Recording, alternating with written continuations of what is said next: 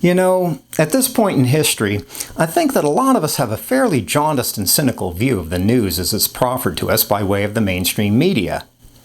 And I sense that that's a phenomenon that has been intensifying pretty dramatically over the last 15 years or so. And so in this video, I'd like to explore the changing nature of news in our world today, as well as some of the ways that those changes are affecting life as we know it. And so with those questions in mind, here's the usual table of contents for the material in this video. And for your convenience and delectation, you can find this same table of contents in the description section of this video, along with links to the timestamps. So perhaps the first question would be this: why are so many of us inclined to distrust the mainstream news media? So much so that even the most outlandish conspiracy theories can sometimes seem like a preferable alternative. Well, I think that a big part of the answer has to do with the extent to which various ideological agendas have come to permeate and skew a lot of today's mainstream news reportage. Personally, I first noticed that happening way back in the 1990s with a TV reporter by the name of Stone Phillips. At the time, his little trick was to accent his coverage with a slight nod of his head whenever he liked where the news was going. For instance, he'd say something like, "Today, the Senate passed new restrictive gun control measures." And I remember thinking at the time, well, gee, Stone, who made you the ultimate arbiter of all that is good and just for everyone else in the world? Basically, instead of letting us decide for ourselves whether a particular news story boded well or not, Stone's head nodding was a way of pushing us toward agreeing with a very specific moral evaluation of the news, and a very particular kind of ideological ordering of the world underneath it. In other words, it was basically a way of turning the news into a kind of op-ed piece, and also a way of blurring the distinction between the two in the process. And incidentally, I probably shouldn't bust on Stone Phillips too much in that regard, because he certainly wasn't alone. In fact, as I recall, Bill Clinton was also pretty fond of the head nodding trick. In fact, maybe that's where Stone Phillips got it in the first place. Anyhow, all of that was way back in the 1990s, back in the bygone halcyon days of journalistic innocence. These days, it seems like we've reversed the equation altogether. Basically, the tendentious head nodding, now taken as a metaphor for all the tricks the news media use to push various ideological positions, usually comes first. And the factual element of the news almost seems like an afterthought a lot of the time. And that trend seems to be engulfing not only politically sensitive news, but the broad panoply of news as a whole. Even stories that seem to be politically neutral, like how well the Dow did today, or whether it's likely to rain tomorrow. These days, it's hard even to hear a weather forecast without also being reminded of the specter of global warming, and by implication how detrimental and disastrous Donald Trump and/or Joe Biden's policies have been, or perhaps what Greta Thunberg has to say about the issue, blah, blah, blah. And okay, I might be exaggerating a little bit here, but only a little. Anyhow, my point is, what's my point? My point is that it seems like practically everyone involved in the news these days has some sort of ideological axe to grind. And it doesn't really matter whether the news is being spun toward the left or toward the right. The one enduring constant is that it all seems to be about pushing one agenda or another. One self-serving sales pitch or another. One form of manipulative propaganda or another. In other words, it all seems to be about spinning the reportage so that it accords with how someone wants the world to be, rather than how it actually is. And as a consequence, I sense that more and more of us are feeling pretty disconnected from the whole lurid spectacle of it, from the sheer self-serving imbecility of the gamesmanship and manipulation involved, which in turn is sowing the seeds of a broad and abiding distrust of the news as a source of reliable information about our world. Just for once, wouldn't it be refreshing to turn on a news program and not have to be thinking something like, Well, okay, that part is just political/ideological flim-flam, but maybe this other part is semi-believable. Of course, the vicious irony of the situation is that it only undermines the mainstream news media's fundamental credibility, which is really its only valuable stock in trade. It reminds me a little, or maybe a lot, of that old story about the boy who cried wolf so often that in the end, no one believed him, even when there really was a wolf at the door. Of course, at this point, it's possible to argue that, yeah, but the news has always been a vehicle for promoting ideological agendas of various sorts. It's just that these days it's become a lot more blatant and a lot more noticeable, which may actually be an improvement because now it's a lot easier for people to be aware of it. And to an extent that may be true. However, I don't think that that negates the fairly obvious fact that something in our world is changing and in a fairly dramatic way. But then the question is, well, okay, but where does that leave us? Well, for one thing, I'd say that it's contributing significantly to the fractured state of our world these days, which I'd also say is now more or less divided into three main camps. First, there are rabid partisans of the left who just want the news to confirm and validate their particular ideological worldview. Then, there are equally rabid partisans of the right who just want the same thing from their own perspective. And finally, there's a comparative minority among us who just want some sort of reasonably factual reportage so that we can do our own thinking and make up our own minds. However, I think that it would be a serious mistake to suppose that the mainstream news media aren't contributing significantly to how our world is becoming increasingly fractured along those sorts of lines. On the contrary, from what I can perceive, the news media themselves are generating, or at least exacerbating, most of the divisiveness in our world. And it occurs along pretty much every dimension you can think of, in terms of race, gender, sexual preference, religion, political affiliation, you name it.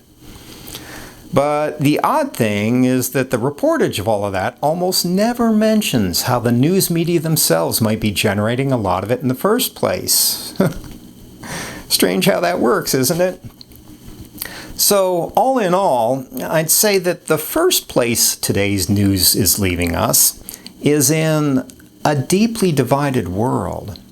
A world riven by numerous quasi-tribal affiliations and animosities, and perpetually beset by strife, finger-pointing, blame, and paranoia, and above all, the never-ending search for reasons to feel offended, outraged, and aggrieved.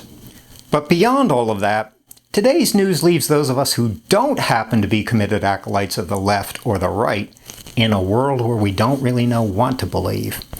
Especially because it's now become such a taxing daily chore to tell what parts of the news are factually reliable and what parts are just a thinly veiled load of ideological claptrap. An example. Here in the United States where I live, most of the reportage about COVID, information pertaining to wearing masks, getting vaccines, is subject to that kind of chaos. Of course, a lot of us harbor very strong, unyielding opinions about those sorts of issues and like to behave as if we spent the last 15 or 20 years of our lives diligently studying epidemiology and are consequently able to evaluate the relevant scientific data accurately and dispassionately. But, of course, that's not what's going on. What's going on is that practically all of the factual news about COVID has become irredeemably politicized and has consequently degenerated into a jumbled mass of semi-political pronouncements and opinions. A hopelessly tangled skein of heated oratory, arguments and counter-arguments, and counter-counter-arguments, none of which is particularly credible. And the upshot is that it's become very difficult for any of us to tell what's real and what's not, what we should believe and what we shouldn't. Should we believe Joe Rogan about the efficacy of ivermectin treatment? Maybe, or maybe not. Who the hell knows? Sure, there are always plenty of loud voices braying insistently on both sides of the question, but the fact is that none of us really knows. However, my main point here is that since the mainstream news media have basically compromised a lot of their own credibility with their overeager political spin and head nodding, all we're left with is a choice between the kind of ideological zealotry that prefabricates all of our beliefs and opinions for us, or complete guesswork about what we're going to believe on any given day. And since we can no longer rely on the news to provide us with reliable and unbiased information that would give us a healthy measure of guidance, 90% of the time we end up believing whatever we feel like believing. And in a world like that, which is to say, in a world like ours, well, why shouldn't we believe in some sort of all-encompassing conspiracy theory filled with malevolent gray eminences scheming to control the world? In a world like ours, a world where the news has been drained of its factual reliability, believing in something like that can easily seem just as cogent and just as convincing as anything the mainstream media are telling us. And perhaps all of that would still be marginally tolerable, except for the pesky fact that we live in a representative democracy. Well, at least in theory. And in order to participate constructively in that form of government, we everyday citizens need to have some sort of access to reliably factual information about the state of the world, especially to make sure that our so-called leaders are doing a reasonably good job and not bollocksing things up too badly. That's why here in the United States, freedom of the press is enshrined in the very first amendment within our Bill of Rights. But of course, none of that can happen effectively when the news media are busy sabotaging their own credibility. But then the obvious question would be, well, okay, but why would they do that? What would be their motivation for that sort of self-defeating behavior? And I think that the answer actually has to do with technology and how it's currently shaping and reshaping our world. After all, it's primarily by way of various technological innovations that we've moved from a world where the news used to appear a couple of times a day on exactly 3 TV channels to our world today, where news is streaming every second of every single day across thousands and thousands of channels. What that means is that reporting the news is now a lot more competitive than it ever was back in the day. And as a consequence, surviving in that arena has made journalism much more predatory when it comes to capturing and holding our attention. Gone are the days when the 3 available TV stations could get away with simply providing a sober, rational treatment of factual information aimed primarily at people's cerebral cortices. You know, the parts of our brains that are associated with higher, more rational cognitive functions. Today, in light of the highly intensified competition for people's attention, and consequently for advertisement dollars, something much more viscerally compelling is required. And I think that one way of understanding what's happening with the news is it's no longer trying to appeal primarily to the cerebral cortex. Instead, it's much more geared toward the comparatively primitive reptilian and paleo-mammalian sectors of the brain. In other words, the parts that have to do with things like fight or flight. Basically, survival responses, along with the kinds of crude visceral sensations that attend them. You know, feelings like outrage, anger, fear, and threat. As well as somewhat higher order responses, such as those having to do with territoriality, ritual displays, and establishing dominance. And when you think about it, doesn't a sizable fraction of news circulate around exactly those sorts of themes? Which of course then encourages us to perceive life primarily in those terms. For instance, isn't it true that a pretty large fraction of the news is basically designed to scare us or outrage us, or better yet, both at the same time? Of course, every now and then you'll hear a nice story about some grandmother in Kansas who turned 110 the other day. But then we're usually right back to stories about fight or flight and establishing dominance. In fact, personally, I'd say that aside from the fact that the news uses language, most of it is geared toward the reptilian and paleo-mammalian parts of our brains in one way or another, not our cerebral cortices. Contrary to what most of us were told in elementary school, the news isn't really about informing us, but about keeping us perpetually uninformed, especially by deflecting our attention onto things that are mostly irrelevant to our actual lives.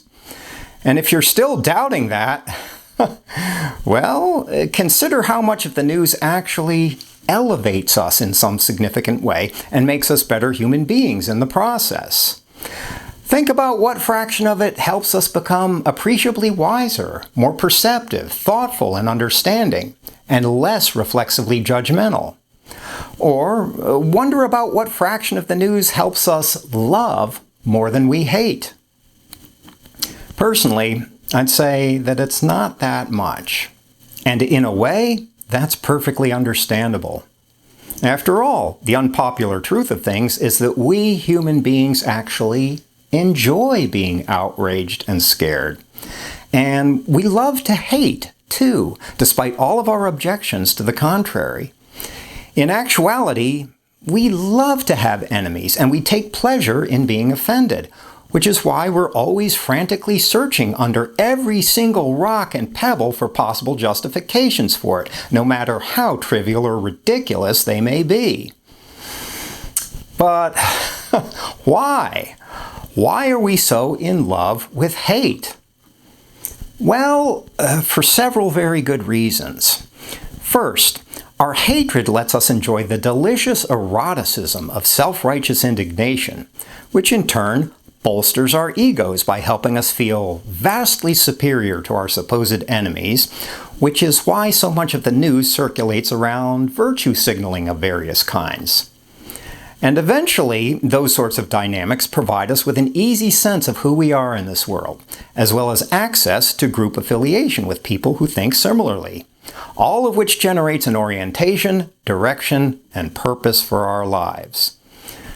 In other words, contrary to popular opinion, having enemies and feeling hatred is mostly about our identities, about our desire to be someone, or at least to feel like we're someone. After all, when you think about it, who and what would we be without our enemies? Without all of the things and people we despise? It can be a pretty unsettling question. And if wanting to have an identity isn't enough of a psychological motivation, well, fixating our attention on our supposed enemies also absents us from the nettlesome task of having to change and grow as human beings. That's because when we've thoroughly convinced ourselves that our enemies are the source of the world's problems, we can then rest easily in the comfort of our own smug moral judgmentalism, without feeling much need to alter our already existing point of view on things. And for most of us, that's incredibly seductive because, because change, even when it's positive change, is usually a pretty scary proposition, especially when it involves our fundamental self-definition. But beyond that, most of us just don't like having to assume responsibility for bettering ourselves, especially since it tends to feel somewhat burdensome, a little bit too much like hard work. Instead, it's much easier just to run around insisting that other people are the ones who need to change. So for all of those reasons, it's perfectly understandable why the mainstream news media would want to appeal primarily to the baser regions of our human nature. And while those parts of us may not seem particularly virtuous or noble, they're definitely a lot more exciting and a lot more viscerally satisfying, and hence, a lot more profitable too. In comparison, appealing to the more refined sensibilities of the cerebral cortex can seem stuffy, staid, and somewhat tedious, especially given the fact that it usually takes many years of practice for most of us to acquire a taste for their charms, which of course would tend to shrink the news media's pool of potential listeners.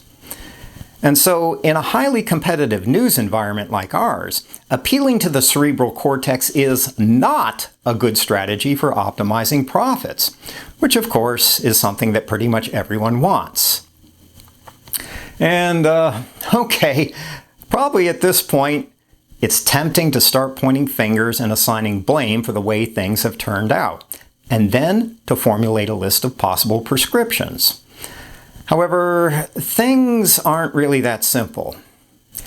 Let's start with trying to assign blame. Are the problems with today's news mostly due to bad decisions on the part of network executives? Well, probably not, because people in those sorts of positions are usually just following the fairly straightforward logic that they know will optimize their profits, which, once again, is something pretty much everyone wants. So it turns out that network executives are just doing their job. Nothing more. Well then, perhaps we should blame, who else? The audience. You know, the legions of untutored hoi polloi out there, which would ultimately mean blaming the populace generally. Well, that doesn't really work either. If we're all easily seduced by the brain's more primitive pleasures, it's probably because our cortical capacities have never really been encouraged or fostered. And so the general populace is probably just plodding along, trying to follow the path that seems to yield the most gratification and satisfaction, which certainly doesn't seem unreasonable. So, for the most part, the populace is just doing its job too. Well, okay, but isn't the institution of education supposed to be the sector of our society charged with cultivating the capacities of the cerebral cortex? If so, then maybe the fault lies there. Well, that doesn't really work either. The reason is that education can only do what the overarching power dynamics of our society permit it to do. And here maybe the comedian George Carlin said it best, so let me paraphrase him. Power doesn't want smart, well-educated people capable of thinking for themselves. What power wants is a whole lot of obedient workers who are smart enough to run the machines and do the paperwork, and dumb enough not to question it too deeply. And so, if education were to start fostering our higher capacities in any serious way, at some point it would probably start to make the power status quo a wee bit nervous. And the fact is that there are some very powerful strictures in place to keep that from happening, most of them monetary in nature. So it turns out that the institution of education is just doing its job too, because it's always pretty tightly regulated by social power dynamics. Well, okay, so if the game is really about power, then perhaps we can blame our politicians. For example, why aren't they mandating higher standards for journalism? Perhaps by instituting an outright ban on reptilian brain news. Well, if that's your solution, good luck with that. Because as George Carlin once again indicates, it's not actually in power's interest for people to become too smart or too perceptive. Because if they do, then at some point, they're probably going to start noticing and questioning the way power operates, which would probably lead to their realizing just how shabby and superficial and counterfeit the whole game really is. But beyond that, at a fairly mercenary level, probably most politicians realize that a deeply divided populace is also a populace that's a lot easier to control. For instance, As long as the racial factions within a society, like ours, are busy antagonizing each other, their combined attention and energy won't ever be focused against power itself. Basically, social division safeguards and perpetuates the power status quo, mostly by directing everyone's attention elsewhere. And because of that, it's not actually reasonable to expect high-level politicians to do anything meaningful about the sorry state of today's news, especially because fixing those problems would be contrary to their self-interest. Expecting politicians to encourage real perspicacity and real intelligence within a unified populace is a little like expecting a wolf to adopt a vegan lifestyle. Not gonna happen. Not in this lifetime, and not in this universe. So, in a way, politicians are just doing their job too, which of course is to be politicians. So if the fault doesn't particularly lie with network executives, nor with the populace as a whole, nor with the institution of education, nor with political power, then where does it lie? Well, I'd say that the disconcerting answer is that it actually lies with no one, and with everyone. In other words, there's no one specific person or one specific group that's ultimately blameworthy here. Instead, the problem with the news arises out of a complex set of social dynamics in which most of us are unwittingly participating. One that includes those four groups we just mentioned, but which probably isn't limited to them. But at this point, all of that probably sounds somewhat fatalistic, especially since it can make it seem like the etiology of the problem is so complicated and so overwhelming that there's not much room for definite concrete action aimed at improving things. But I don't think that that's actually the case. And here I'd like to touch upon a quote from Alexander Solzhenitsyn, and it goes like this. You can resolve to live your life with integrity. Let your credo be this. Let the lie come into this world. Let it even triumph, but not through me. And yes, the figurative lie that comes into this world would include all of the ideological spin and half-truths proffered to us by today's mainstream news media. In other words, if you feel like I do, if you feel like the mainstream media are currently exerting a fairly toxic and divisive influence on our world and generating a lot of needless animosity among us, especially by pandering to our baser instincts and desires, well then, perhaps at the end of the day, all of that's really nothing more than life's weird way of asking us to start elevating ourselves. Life's way of encouraging us to start holding ourselves to a much higher standard than what's being meted out for us by the so-called news. And who knows, if we were to follow the arc of our self-betterment far enough, maybe eventually we could become what? Maybe we could become living beacons for our fellow travelers in this world, sources of illumination and wisdom, and all the things that the news could be, but isn't. Maybe in the final analysis, the way things are these days is just life's way of teaching us not to settle so much in life. Not to settle for second-rate answers to life's riddle. Not to think and feel and behave like someone else's trained monkey. Not the left's trained monkey, nor the right's, nor anyone else's. But instead, to become deep and luminous within the infinite wells of our souls. To become truly wise, truly intelligent, and undeniably passionate free thinkers. And so let me close not with a quote from Alexander Solzhenitsyn or some other intellectual heavyweight, but from Michael Jackson, who sings, "I'm starting with the man in the mirror. I'm asking him to change his ways. And no message could have been any clearer. If you want to make the world a better place, take a look at yourself and then make a change."